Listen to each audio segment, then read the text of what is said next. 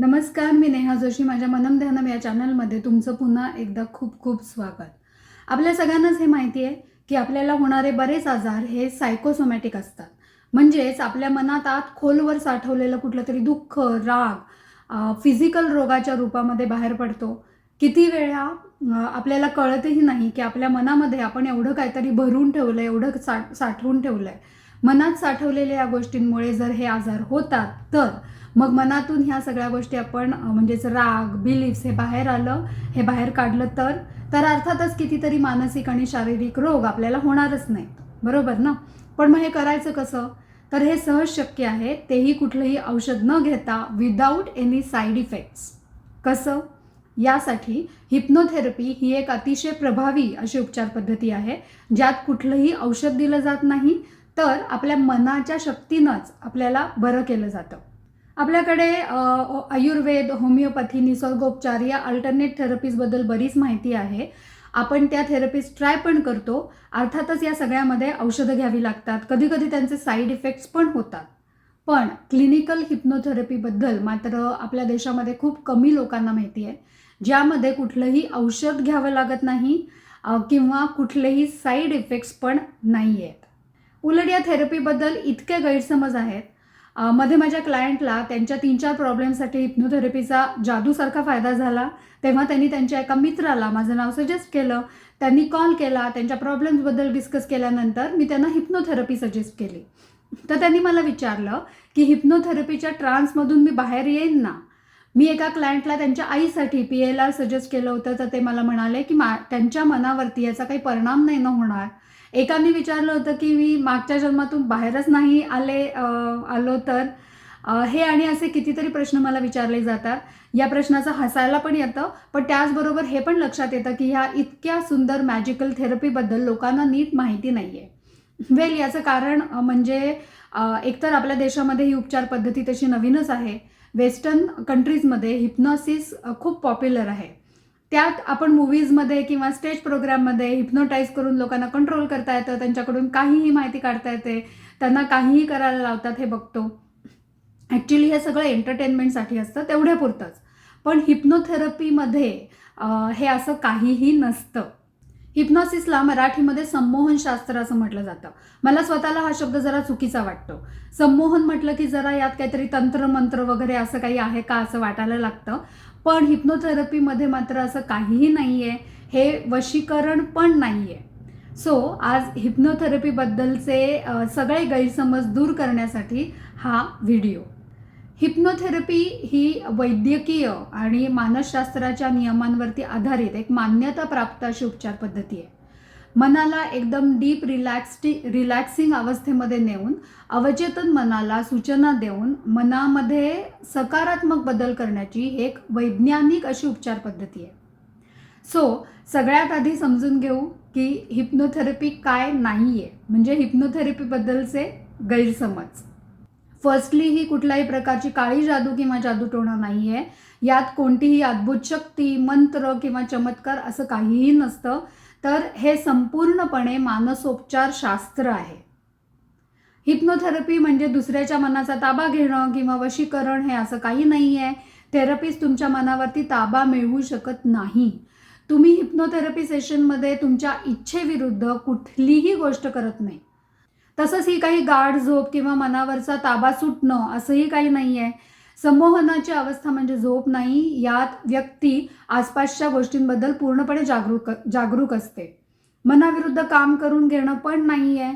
कोणत्याही व्यक्तीला तिच्या इच्छेविरुद्ध संमोहित करता येत नाही किंवा तिच्या नैतिक मूल्यांच्या विरोधात जाऊन कोणतीही कृती करायला लावता येत नाही. हिप्नोथेरपी म्हणजे रहस्य किंवा गुपित उघड करण्याचं साधन वगैरे नाही आहे. पिक्चरमध्ये दाखवल्याप्रमाणे संमोहनात नेऊन हिप्नोटाईज करून जबरदस्तीने सत्य बोलायला लावणं वगैरे शक्य नसतं. आता बघू हिप्नोथेरपी म्हणजे हिप्नॉसिस म्हणजे नक्की काय आहे.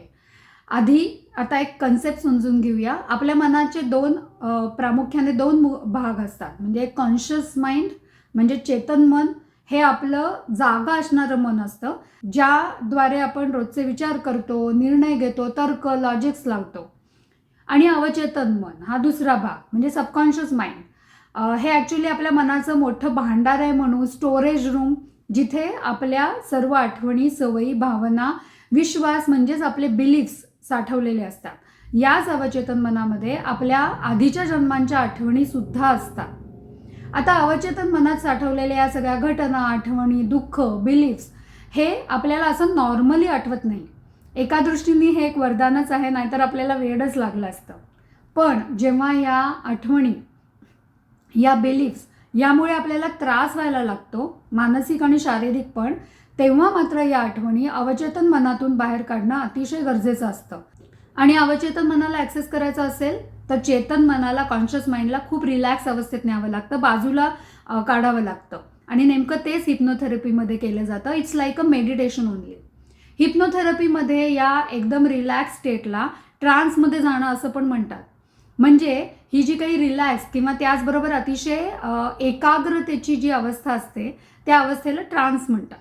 सो जेव्हा तुमचं लॉजिकल माइंड एकदम शांत असतं, आपलं मन आपल्या आतमध्ये केंद्रित असतं, म्हणजेच आपलं सबकॉन्शियस माइंड आपल्या सकारात्मक सूचना स्वीकारण्यासाठी एकदम रेडी असतं, त्या अवस्थेला ट्रान्स म्हणतात. सो ट्रान्स म्हणजे झोप किंवा शुद्ध जाणं असं काहीही नाही आहे. तर ती एक अतिशय जागृत पण अतिशय शांत, रिलॅक्स्ड अशी अवस्था असते, ज्या अवस्थेमध्ये सखोल भावनिक आणि मानसिक बदल घडवून आणता येतात. हिप्नोथेरपीमध्ये ट्रान्समध्ये असणाऱ्या व्यक्तीला आजूबाजूला काय चालू आहे याची पूर्ण जाणीव असते.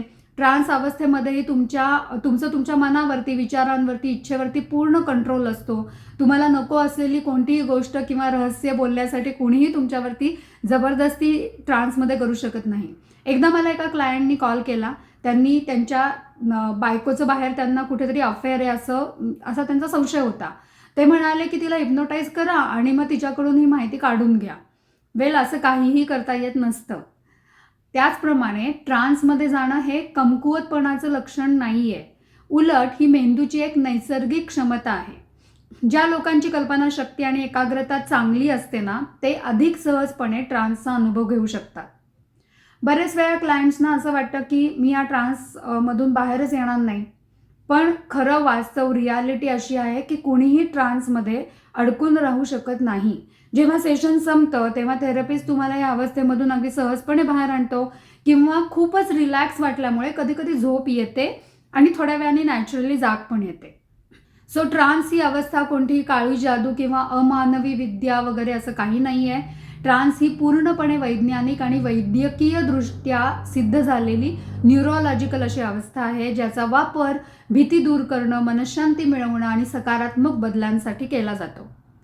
अजून एक इम्पॉर्टंट आणि इंटरेस्टिंग असा गैरसमज हिप्नोथेरपी किंवा हिप्नॉसिसबद्दल, चोर किंवा भामटे लोकांना संमोहित करून, हिप्नोटाईज करून लुटतात, हा समज आपल्यामध्ये पसरला आहे. तरी वैज्ञानिक आणि वैद्यकीय दृष्टिकोनातून हा समज पूर्णपणे चुकीचा आहे. हिप्नॉसिसचा असा शस्त्र म्हणून गैरवापर करून कुणालाही त्यांच्या इच्छेविरुद्ध लुटणं हे केवळ अशक्य आहे. कुठल्याही व्यक्तीच्या इच्छेशिवाय किंवा त्याच्या तीव्र विरोधाशिवाय त्या व्यक्तीला काही सेकंदामध्ये संमोहित वगैरे करता येत नाही.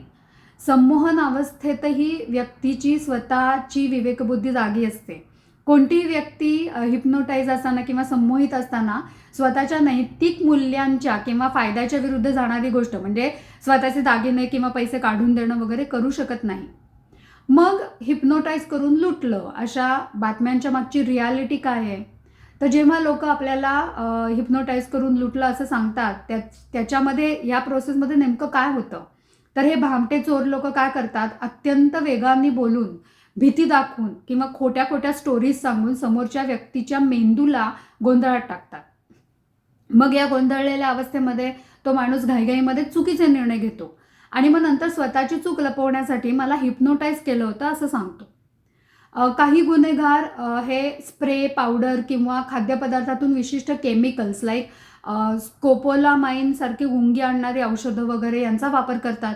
त्यामुळे त्या व्यक्तीचं स्वतःच्या मेंदूवरचं नियंत्रण सुटतं आणि मग ती समोरच्या व्यक्तीचं ऐकायला लागते, म्हणजे त्यांना जे सांगितलं ते करते. सो लोक याला चुकीनं संमोहन किंवा हिप्नोटाईज केलं असं समजतात. म्हणजेच काय तर चोर हे भूलथापा किंवा भीती किंवा गोंधळात टाकणं, हातचलाखी किंवा केमिकलचा वापर करून लुटमार करतात, हिप्नोटाईज करून नाही. केवळ दृष्टिक्षेप टाकून किंवा 2 शब्द बोलून कुणालाही हिप्नोटाईज करून लुटणं हे सायन्सच्या नियमांनुसार केवळ अशक्य आहे. ओके, सो मला आता वाटतंय की तुमच्या मनातले हिप्नोसिसबद्दलचे किंवा हिप्नोथेरपीबद्दलचे गैरसमज आता दूर झाले असतील. सो आता समजून घेऊया की ही हिप्नोथेरपी म्हणजे नेमकं काय आहे आणि त्याचा आपल्याला उपयोग काय. सो हिप्नोथेरपी म्हणजे जागृत मन, म्हणजे मी मगाशी सांगितलं तसं कॉन्शियस माइंड हे शांत करून अवचेतन मनातल्या सबकॉन्शियस माइंडमधल्या साठलेल्या जुन्या सवयी, भीती, बिलीफ्स किंवा नकारात्मकता दूर करण्याची एक वैज्ञानिक अशी मानसोपचार पद्धत आहे. ही वैज्ञानिक आणि मानसशास्त्राच्या नियमांवरती आधारित एक मान्यताप्राप्त अशी उपचार पद्धती आहे. आपल्या मनातल्या नकारात्मक भावना बदलून त्या सकारात्मक भावनांमध्ये कन्व्हर्ट करण्याची ही एक अत्यंत प्रभावी मेथड आहे.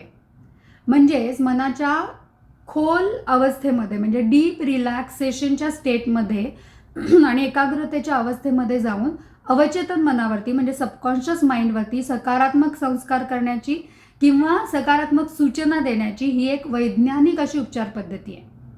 हिप्नोथेरपी म्हणजे जादूटोणा नाही आहे, पण जादूसारखं काम नक्की करते. आपल्या मनामध्ये खूप आत खोलवर दडलेल्या आठवणी, बिलीव्स ज्या आपल्याला एरवी कळत नाहीत त्या या सेशनच्या दरम्यान लक्षात येतात. ज्या गोष्टींमुळे आत्ता आपल्या आयुष्यामध्ये प्रॉब्लेम्स येत आहेत त्यांचं रूट कॉजेस लक्षात येतात, जे मनात आपल्या दडलेले असतात. आणि आपल्या मनातले ताणतणाव, स्ट्रेस, भीती, फोबियाज, डिप्रेशन, इन्झोम्निया, कॉन्फिडन्सची कमतरता, वाईट सवयी म्हणजेच ॲडिक्शन्स यावरती आपण मात करू शकतो. पेन मॅनेजमेंटसाठी सुद्धा हिप्नोथेरपीचा खूप उपयोग होतो.